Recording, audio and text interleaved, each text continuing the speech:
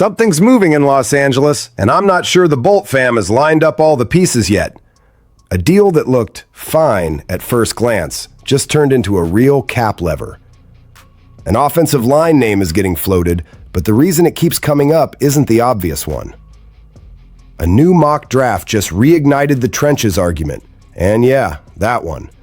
And it's about to split the fan base right down the middle. And then you've got the coaching twist, a possible addition that made me stop and go, wait, really? Are you ready to see which one of these threads might change the way Justin Herbert plays next season?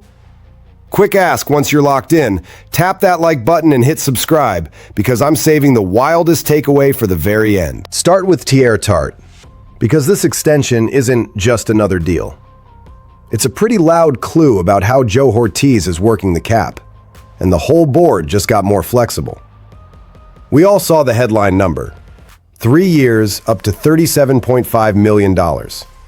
What we didn't have was the year-by-year shape of it.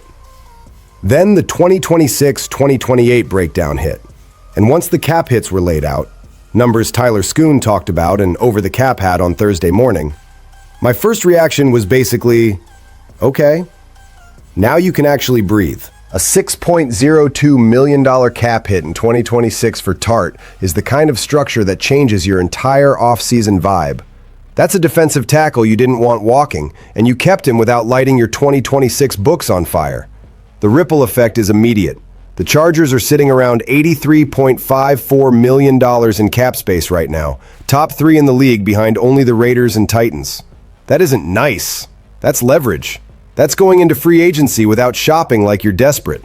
When you've got room, you're not buying desperation, you're buying fit. You can see the philosophy in it too.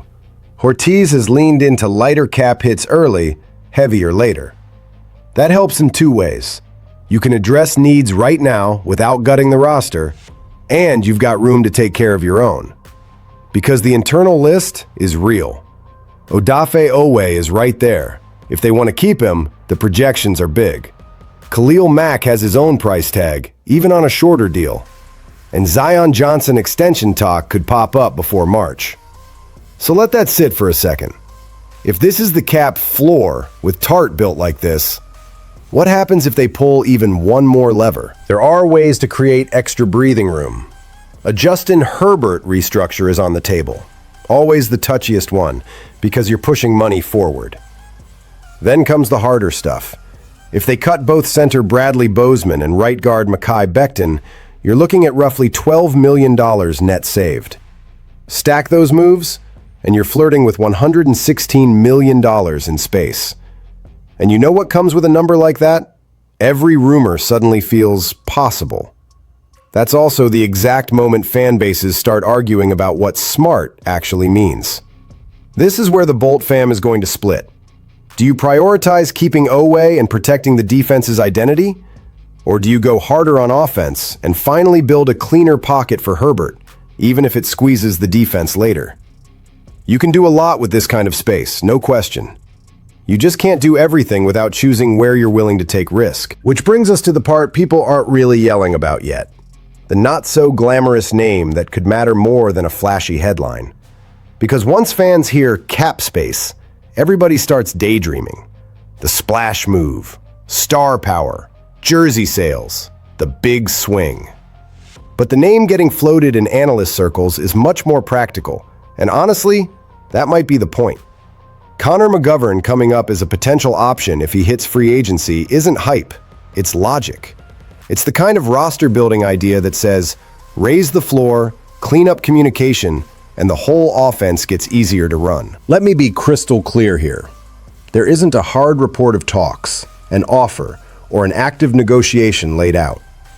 What's out there is market math, cap space plus a real need, and commentary that says McGovern fits. That's it. But it's tough to ignore the reasoning. The middle of the offensive line doesn't just ruin highlight plays, it can ruin entire drives. It's the difference between 3rd and long being survivable and 3rd and long turning into an automatic sack fest. When interior communication breaks down, blitz pickups get messy, stunts turn into chaos, and suddenly your quarterback is wearing hits from angles he shouldn't even be seeing. And the detail that gets overlooked, Protecting Herbert isn't only block better, it's reducing confusion before the snap. It's getting the calls clean. It's everyone speaking the same language. A steady veteran in the middle can change how fast the ball comes out, how confident your checks are, and how often you end up in those desperate, pass-only situations. Not flashy, foundational. Why does this rumor feel so logical right now? Money, for one. LA is projected near the top in cap room. Buffalo also has real offensive line decisions coming, and McGovern's contract timeline runs through 2025, which puts him on the radar for 2026 if there's no extension. On top of that, there's a growing expectation that the 2026 salary cap could jump again, and that changes the market fast. Solid starter turns into premium inventory. Prices climb in a hurry. So here's the question that's going to light up the comments. Do you spend real money on the middle of the line, or do you chase weapons and trust the rest to sort itself out? Both sides can make a case, but only one path makes Herbert's life easier on every snap. And once you start thinking like that, it changes how you look at the draft talk too. Mock drafts aren't really predicting the future. They're exposing priorities and fears. And a recent 2-round mock from The Athletic put its finger right on what makes Chargers fans uncomfortable. The assumption out there is, with this much cap space, the draft can be luxury picks. But what did the mock do? Trenches. Again. Not what everyone wanted to hear, which is exactly why it's worth talking about. They had the Chargers taking Clemson defensive tackle Peter Woods at number 22. And yeah, the knee-jerk reaction is, wait, another DT? But here's the contradiction. Plenty of people want to pin defensive issues on scheme and coaching alone. Yet the interior still got moved in big moments. Even with Tart locked in, even with rotation. If you're serious about controlling games, you don't treat the middle like an afterthought. Woods wouldn't be drafted as a replacement. He'd be drafted as a ceiling play. Context matters too. Woods' final year at Clemson didn't pop like his first two. Production dipped. That's where a lot of folks stop. But the upside is real. Size, explosiveness off the first step, and a prior year profile that had him graded extremely well. That's the kind of player Harbaugh has historically liked. High potential, moldable, somebody you can develop into a problem. Then the mock goes right back to the trenches at number 55 with Texas A&M lineman Trey Zune III. And that's when people start yelling. But tackle isn't the need! And on paper, sure. Rashawn Slater and Joe Alt are the bookends you want healthy. The issue is inside. Zion Johnson, Mekhi Becton, Bradley Bozeman, none of that trio inspired confidence last season, and all of it could change quickly. Zune is the kind of prospect many expect to move inside because of arm length. He's got some center experience, and his 2025 pass blocking grade was elite. If you watched Herbert get hit over and over, 60 sacks, third most in the league, that kind of pick starts feeling less boring and more like self-preservation. So the battle lines are obvious. One side says spending premium picks on linemen is too conservative. The other side says it's finally learning the lesson. If you want a playoff run, you can't let your franchise QB live in third and long chaos. And just when it feels like this offseason is only cap space and trenches, the coaching staff conversation throws a curveball. Because if this next piece actually happens, it changes the whole board, not just the offense. While everybody's been locked in on money, free agency, and mock drafts, the Chargers have been reshaping the staff after Harbaugh had to replace both coordinators. Mike McDaniel is running the offense. Marcus Brady left to follow Jesse Minter to Baltimore. And now there's talk, CBS Sports name attached, that Adam Gase has emerged as a candidate to join the staff, potentially in a passing game coordinator role. Yeah, that Adam Gase. Before you react, I get it. This isn't being framed as him taking over the offense. It's not head coach. It's not the system is his. It's a role, one specific job. And that distinction matters. Gase's head coaching record is what it is, and fans are going to have an emotional response to the name. Totally fair. But the league has still viewed him, in certain circles, as someone who can teach the passing game. The structure, the reads, the details. There's a reason he's popped up around practices and has been praised by coaches like Sean Payton. So the practical impact, if it happens, is refinement.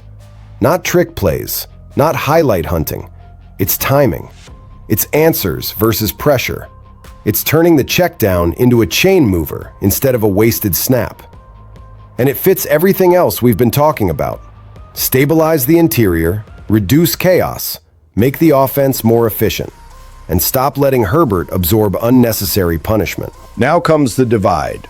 Some fans will say, I don't want another former head coach near this. Others will say, if he's here to teach and not to run the show, I'm listening.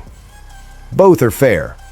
The bigger point is what Harbaugh is trying to build, a room full of experienced voices around an established franchise quarterback. And that brings us back to the wildest takeaway of the whole script. None of these moves scream showtime, but together they scream control.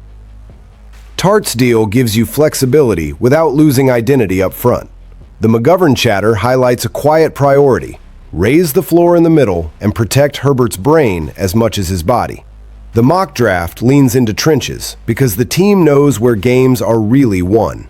And the Gase possibility points toward an offense built on efficiency, not chaos. That's the crazy part. It's not about winning pretty. It's about winning consistently over a long season. So I'm putting it on you, Bolt fam. Do you want to win pretty? Or do you want to win, period? Drop your take in the comments. Agree, disagree, argue it out. And make sure you're subscribed.